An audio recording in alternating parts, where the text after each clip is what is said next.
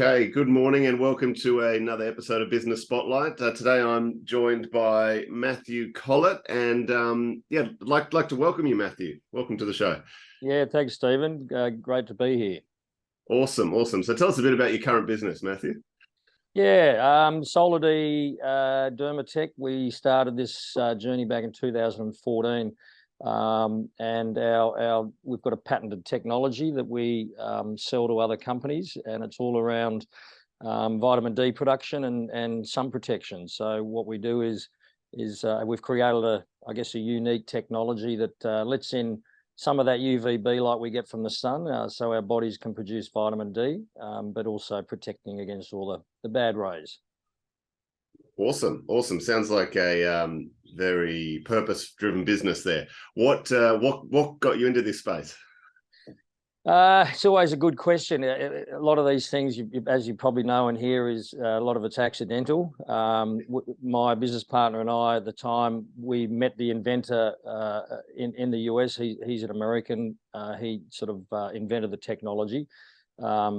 He didn't quite know what to do with it. He's a chemist background and sort of not a business guy. So look, I met him at a social function actually, and he was telling me all about it, and came back here. I didn't know anything about skincare or sun care except for growing up on the beaches and surfing, and obviously used it, but didn't know too much about it. And we did a lot of due diligence and realised that basically sunscreen had been around since the 40s and it hadn't changed. It literally is a space that had no improvement on its original formulas or technology. So we realised there was a gap in the market. We also were very aware of the growing impact of vitamin D deficiency. And you know, we can't stop people or change people's habits and lives, but what we can do is change when they wear sunscreen, which blocks out vitamin D production and creates something that would, you know, benefit everyone out there. Yeah, absolutely. Can I zero in on you said that you met the guy and then you did your due diligence. What were you focusing on there? What were you looking at? Look, our due diligence, I mean, I've been involved with a couple of startups. So the due diligence process is firstly about the technology. Is it real? Okay. You know, long as it's not a snake oil in the old process. So we did a lot of due diligence on the technology. We reached out to sort of the godfather of vitamin D research. He's a guy out of Boston University. He's sort of an independent advisor to us now. He'd sort of written about 1,000 papers on vitamin D and vitamin D deficiency and its benefits and the issues with deficiency. So we used him. He did a lot of DD and came back and said, look, the technology is real. So that was the first tick.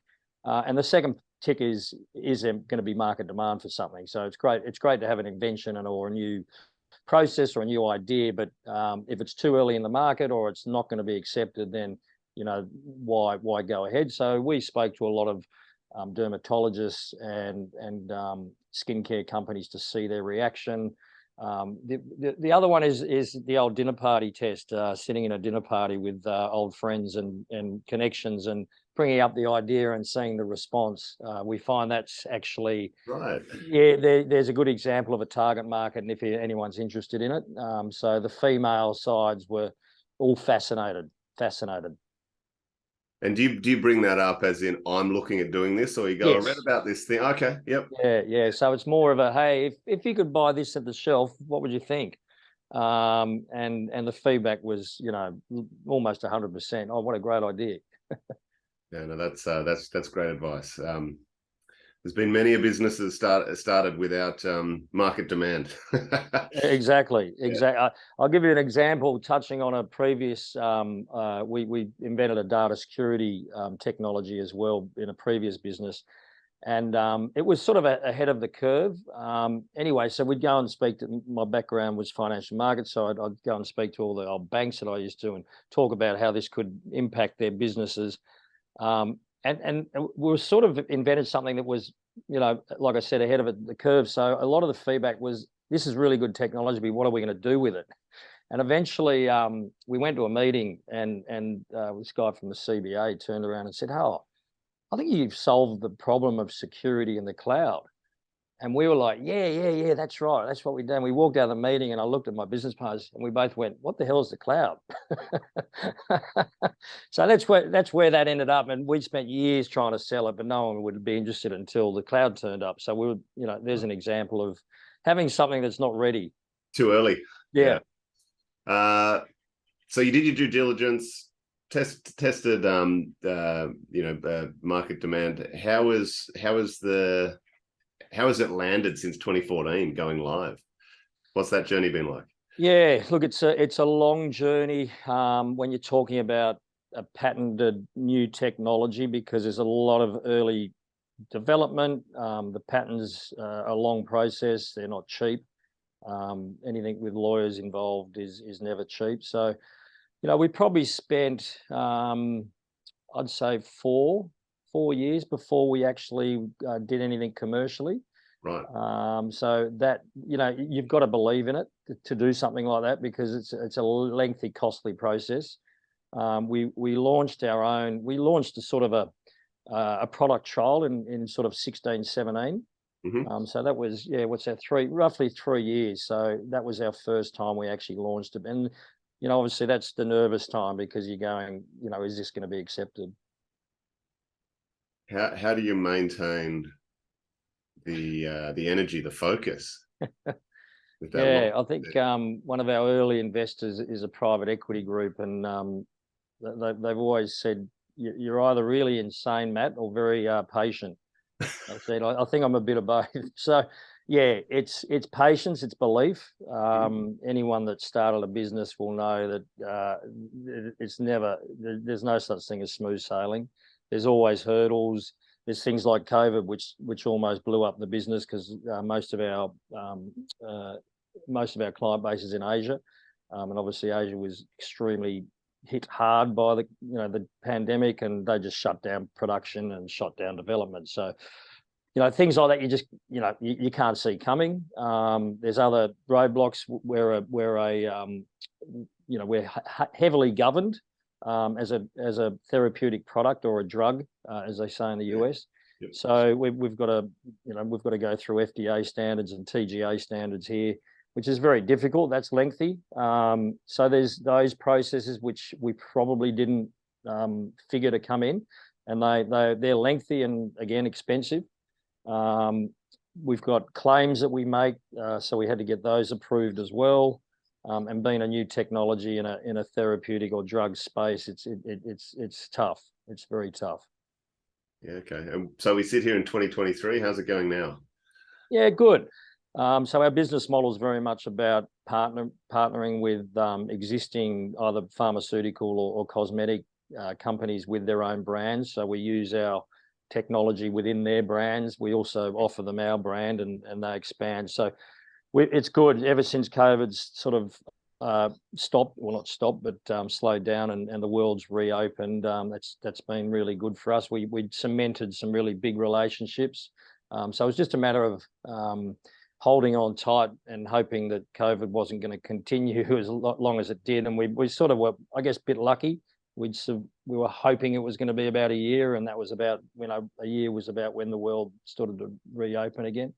So look, we're in good stead. We're in Japan, China, India, just about to launch in the US and here, obviously. So it's going well. Yeah, fantastic. Mathew, you mentioned a previous business. What was that one? It was a data security company, originally called Cocoon Data. It was a technology that was invented by a couple of guys, and they needed someone to help commercialize it. So the CEO at the time was an old mate, so he sort of brought me in the business, and we sort of helped commercialize that. So that was all about securing packages rather than securing the line of information or communication. So again, at the time, it was probably a little bit ahead of its time. We didn't quite know how good the technology was until, like I said, suddenly the cloud was invented, and it was like, okay, we can secure stuff in the cloud. So when it goes up and comes back, we can secure it up there rather than worrying about, a VPN as such. So we floated that about 2012. I've been out of the business since, and then sort of this opportunity came up. Okay, so floating. This is an interesting topic for a lot of business owners. Maybe if you could talk to why a business owner or business would pursue it, and then what's it actually like going through it. Yeah. So, I mean, originally I was from the financial market, so I do understand it reasonably well, and it's something. I mean, in my view, I think as a new company, you're trying to avoid. There's probably other ways of exit strategies I'd prefer. Why you do it? Look, in my view, you've got to wait for the right timing. You've got to wait for income to be steady enough, and the business is secure, because you're going to be scrutinised. You're out in the public domain. Mm-hmm. You live and die by your word. So when you're a private company, you can still have a certain amount of control. So, floating for me is at the right stage, and that's got to not just come from the founders and directors. You got to be carefully advised as well. So that's my recommendation, and that advice is obviously going to come from brokers, but they're going to be skewed one way. Yep. So it's just having trusted advisors. I think once you've sort of hit the right mark, and your income is steady, you've got a good pipeline, and you're definitely cash flow positive, but you're secure. Your business is secure, because once you start missing, I guess, timelines or projections, your share price is going to get smashed. So that's my view on listing. You've got to be really, really positive on it. Upside is, you're creating. You're creating opportunities for original investors to exit, and I think that's probably the biggest point of doing a float or a listing. You're giving your investors, which may have been in for 3, 4, 5 years, who might be old mates or family, you're giving them an exit strategy. So that's the other one that could be a reason to do it. Yeah, interesting. That yeah, almost you can almost predict the future. It might be a good idea. Well, exactly. Like I said, security is good. Yeah. Security is the point, and then, it's a great conundrum, because when you're a young small business, security is usually not there until you're established. So, yeah. How have you through your entrepreneurial journey? How have you gone about upgrading yourself, your own learning and development? Oh, just constantly learning and upgrading. What I knew 15, 16 years ago, what I thought was I was knowledgeable in and experienced in, as flipped me up and down, round and round. The journey's never perfect. It has high highs and low lows. Mm-hmm. So you learn from it. You make mistakes. And when I say make mistakes, they're not mistakes that you